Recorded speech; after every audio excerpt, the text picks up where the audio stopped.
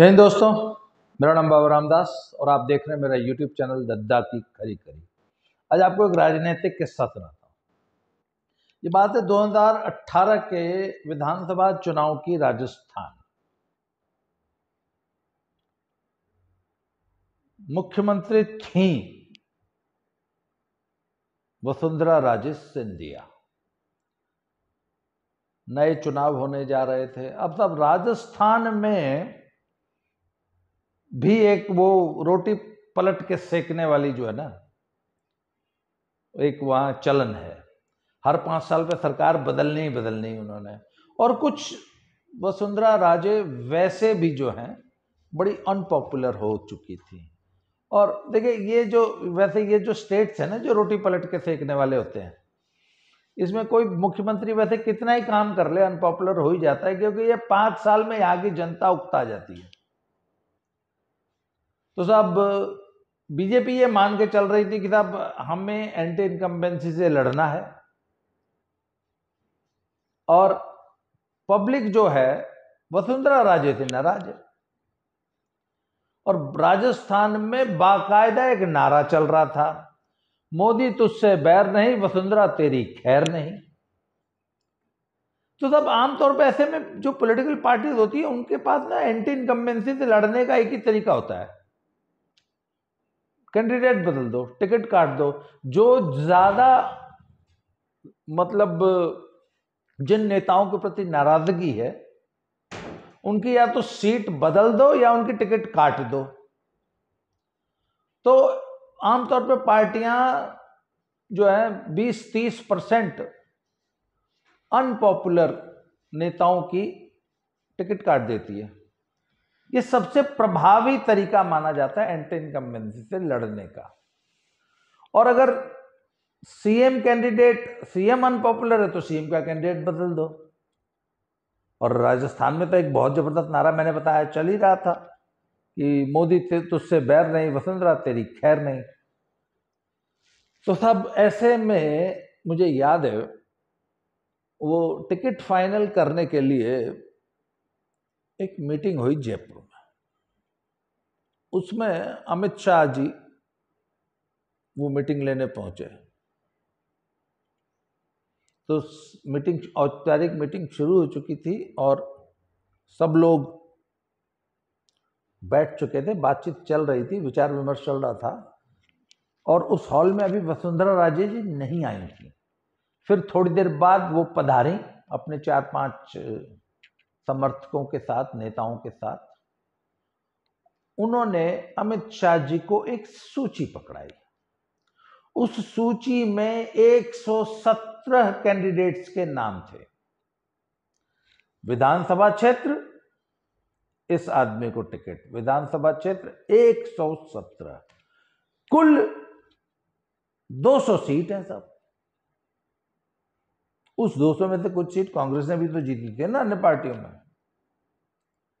तो वसुंधरा जी ने 117 कैंडिडेट्स की सूची अमित शाह को पकड़ाई। तो अमित शाह ने वो सूची देखी और बोला, अरे ऐसे थोड़ी ना होता है, आप सीधे सूची पकड़ा देंगे, हर सीट पे विचार विमर्श होगा। वसुंधरा जी उठी और चली गई। लोग बताते हैं कि अमित शाह जी ने मोदी जी को फोन किया कि साहब वसुंधरा जी के तेवर तो समझ में नहीं आ रहे। अच्छा, उन दिनों वसुंधरा जी जो है अपने समर्थकों के साथ पार्टी छोड़ के अलग पार्टी बनाने का भी मतलब दंभ उनको था, वो ऐसे अहंकार भरती थी। तो बताया जाता है कि मोदी ने अमित शाह से कहा जाने दो, अधिक से अधिक क्या होगा, हम राजस्थान हार जाएंगे ना, कोई बात नहीं, जैसा वसुंधरा जी चाहती है वैसा टिकट वितरण कर दो, let's lose Rajasthan, I don't mind. पर हमें 2019 का लोकसभा खराब नहीं करना है। वसुंधरा को नाराज करके अगर वो नाराज होकर एक नई पार्टी बना लें और भाजपा के प्रोस्पेक्ट्स 2019 के लोकसभा में खराब कर दें, ये पार्टी को मंजूर नहीं था। उन्होंने कहा राजस्थान हारना मंजूर है। लोकसभा पे रिस्क नहीं आनी चाहिए। और अमित शाह जी ने वसुंधरा राजे की वो 117 कैंडिडेट्स की लिस्ट हूबहू स्वीकार कर ली और दिल्ली चले आए।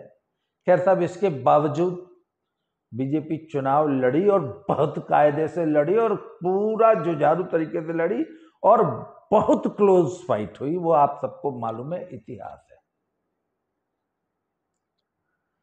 खैर साहब, बीजेपी बहुत क्लोज फाइट में चुनाव हार गई। उसमें बहुत सारा नुकसान बीएसपी ने भी किया था, बहुत सारा कुछ हुआ था। तो तब इन दोनों गुजरातियों की ना एक खासियत रही है। पहली बात तो they never forget and they never forgive. न ये भूलते हैं कुछ और न किसी को माफ करते हैं। तो साहब, उस बार तो वसुंधरा राजे की राजनैतिक गुंडागर्दी के सामने भाजपा ने सरेंडर कर दिया। पर फिर पिछले 5 साल जो गहलोत जी की सरकार चली और भाजपा विपक्ष में रही, तो तभी से भाजपा ने अपने तेवर दिखाने शुरू कर दिए भाजपा हाईकमांड ने कि अब वसुंधरा राजे का दुराग्रह बर्दाश्त नहीं किया जाएगा। तो अब साहब फिर राजस्थान विधानसभा के चुनाव जो है सिर पे हैं, तैयारियां चल रही हैं, बाकायदा सूचियां जारी होने वाली हैं। तो पिछले 3-4 दिन की डेवलपमेंट्स जो हुई है, मैं आप बता कि भाजपा ने आज से 5-7 दिन पहले जो जयपुर के कौन से गांव में हुई है, दादिया गांव में एक सभा हुई है आज से 4 दिन पहले। उससे पहले अजमेर में मोदी जी की एक सभा हुई थी। तो ये दादिया गांव वाली सभा में बड़ा मजेदार दृश्य उत्पन्न हुआ। हालांकि मोदी ने और बीजेपी ने अजमेर वाली सभा में भी वसुंधरा राजे को इग्नोर किया। उनका इतनी बड़ी जनसभा में वसुंधरा राजे जैसी फ्रंट लाइन लीडर, बड़े लीडर का भाषण नहीं कराया गया मंच से। ये तो था अजमेर की स्टोरी। जयपुर में भी मोदी जी आए, मोदी जी का सब लोग ओपन जीप में आए सभा स्थल तक, वहां स्वागत किया। वहां तक वसुंधरा राजे स्वागत तक मौजूद नहीं थी। मोदी जी मंच पे आए, सबसे मिले और हाथ जोड़ते हुए वसुंधरा के सामने से निकल गए। वसुंधरा उनके बगल में बैठी थी, बहुत देर तक बैठी रही, पूरी सभा में बैठी रही। मोदी जी ने उनको एक्नॉलेज नहीं किया और इन्होंने भी मोदी जी को एक्नॉलेज नहीं किया। मोदी जी ने इनसे कोई बात नहीं की और इन्होंने भी मोदी जी से कोई बात नहीं की। उनका नाम नहीं लिया, संबोधन शुरू हुआ। अच्छा, मंच से भाई होता क्या है कि मोदी जैसे जब बड़ी डिग्नेटरी आ रही हो तो मोदी के आने से 2-3 घंटे पहले सभा शुरू हो जाती है और उसमें प्रदेश के सभी बड़े नेता अपना लेक्चर दे लेते हैं और उन्हें तो 1-1 मिनट की खबर होती है कि मोदी यहाँ पहुंच गए, इतने मिनट में यहाँ पहुंच जाएंगे। तो उनके मंच पे पहुंचने, सभा स्थल तक पहुंचना, सभा स्थल पे तो फिर जय जयकार के नारे लगने लगते हैं। तो उससे पहले सभी स्थानीय बड़े नेताओं के भाषण निपटा लिए जाते हैं। सभी लोगों ने भाषण दिए। सीपी जोशी जो है प्रदेश अध्यक्ष थे, उन्होंने भाषण दिया, वो गज्जू बन्ना ने भाषण दिया और जितने बड़े लीडर थे सबके भाषण हुए। वसुंधरा राजे को मंच से बोलने का मौका नहीं दिया गया। मोदी जी आए, मंच पे बैठी थी, मोदी जी ने उनको एक्नॉलेज नहीं किया। मतलब मोदी ने ये जता दिया कि अब हम आपके गुंडागर्दी, राजनीतिक गुंडागर्दी के सामने अब हम आर्म ट्विस्टिंग आपने नहीं कराएंगे, अब आपकी गुंडागर्दी पार्टी में नहीं चलेगी। आपको पार्टी का अनुशासित सिपाही बन के ही रहना पड़ेगा, अदरवाइज अगर आपको जाना है तो आप जा सकती हैं। ये बहुत क्लियर मैसेजिंग भाजपा हाईकमांड ने वसुंधरा राजे जी को दे दी थी। अच्छा, और वसुंधरा राजे जी वहां से उठी और सीधे झालावाड़ चली गई। पर उस जनसभा में एक और बड़ी मजेदार घटना हुई।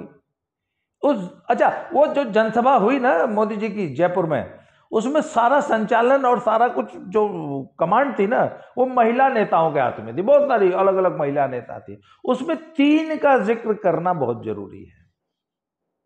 एक तो वो राजकुमारी दिया जी हैं, राजसमंद से, शायद राजसमंद से यस सांसद हैं। एक ज्योति मिर्धा है, इनके दादाजी थे नाथुराम मिर्धा, कांग्रेस के बड़े बड़े स्टालवर्ट थे और जाट नेता थे, और नागौर एरिया में इनकी बहुत अच्छी पकड़ है इस पूरे परिवार की। उनकी पोती हैं ज्योति मिर्धा, पेशे से डॉक्टर हैं, बड़ी अच्छी प्रोफेशनल है और बहुत ही सुलझी हुई नेता मानी जाती है, पर कांग्रेस की नेता थी, 2009 में सांसद थी नागौर से, यस। और उसके बाद 14 और 19 का चुनाव हारी है, क्योंकि 14-19 में तो कांग्रेस का सुपड़ा ही साफ था ना, भाजपा ने क्लीन स्वीप किया था। जी हाँ, 18 में विधानसभा हारने के बावजूद 19 में भाजपा ने राजस्थान में क्लीन स्वीप किया था। तो वो याद कीजिए, मोदी जी ने जो अमित शाह से कहा था कि बेशक विधानसभा हार जाओ, लोकसभा पे कोई संशय नहीं होना चाहिए, और विधानसभा बेशक हार गए थे, लोकसभा में क्लीन स्वीप किया था, एमपी में भी और राजस्थान में भी। तो सब 2014 और 2019 का चुनाव ज्योति मिर्धा हार गई थी, और अभी मात्र हफ्ता 10 दिन पहले उन्होंने भाजपा ज्वाइन कर ली। जाट नेता है, और 7-8 सीटों, विधानसभा सीटों पे तो प्रत्यक्ष प्रभाव है, और अगल बगल की लगभग 20 से 25 सीटों पर हराने जिताने की क्षमता रखती हैं। 3rd जनरेशन जाट पॉलिटिक्स में है। इलाके में छवि बहुत अच्छी है, बड़ी सौम्य, शांत, बहुत ही पोलाइट, और महिलाओं में अत्यधिक लोकप्रिय है। उनको बीजेपी ने ज्वाइन करा लिया। एक तीसरी थी अलका गुर्जर, वो भी बड़ी यंगस्टर और बड़ी तेज तर्रार नेता है, बहुत पॉपुलर है अपने एरिया में। अब साहब, इन तीनों का जो जातीय समीकरण बीजेपी ने बैठाया है, दिया कुमारी राजपूत, ज्योति मिर्धा जाट, और अलका गुर्जर गुर्जर। अब वसुंधरा जी जो है ना, वो जब जनसभाओं में जाती थी और राजस्थान की जनता को एड्रेस करती थी, तो वो ये बोलती थी, मैं राजपूतों की बेटी हूं, जाटों की बहू हूं, और गुर्जरों की समधन हूं।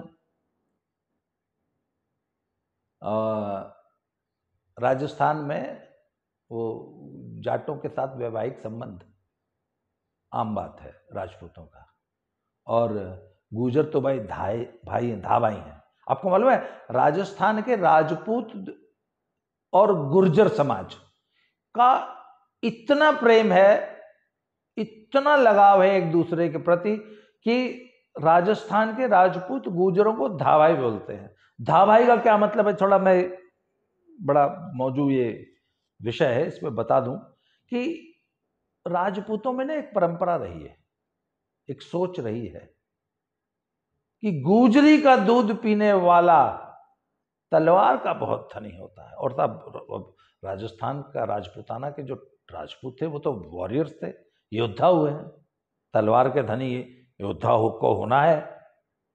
तो सब राजमहलों की परंपरा थी कि धाय मां, जो मां दूध पिलाती थी ना राजमहलों में, वो गुजरी होती थी, और बच्चे गुजरी मां का दूध पीकर ही बड़े होते थे। बाकायदा महलों में ऐसी माताएं होती थी जिनके खुद के नवजात शिशु हैं, और वो राजकुमारों को, क्षत्रिय बालकों को पूरे समाज में, सिर्फ राजमहलों में नहीं, दूध पिलाया करती थी। तो धाय मां के बेटे धाय भाई, पन्ना धाय का नाम सुना है ना? यही राजस्थान का क्या गौरवशाली इतिहास है कि राजमहल में जब सिंहासन के लिए लड़ाई चल रही थी, तो हत्यारा जब राजकुमार, जो कि युवराज थे, एकदम छोटे थे, दूध मुँहे बच्चे थे, उनको मारने के लिए आया, तो धाय माने पन्ना धाय ने राजकुमार को छुपा लिया और उनकी जगह अपना बेटा रख दिया था।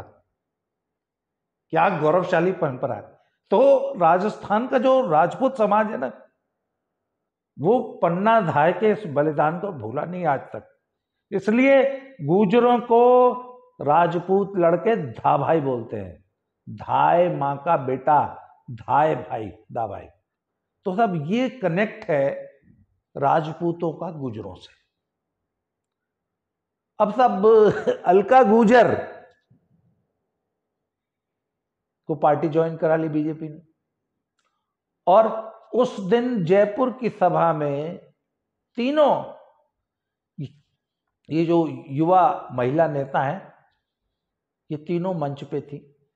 राजकुमारी दिया कुमारी जी ने मंच का संचालन किया और ज्योति मिर्धा ने बकायदा उनका भाषण हुआ। अच्छा, ज्योति मिर्धा का नाम अंत तक मंच पर बैठने वाले नेताओं की सूची में नहीं था।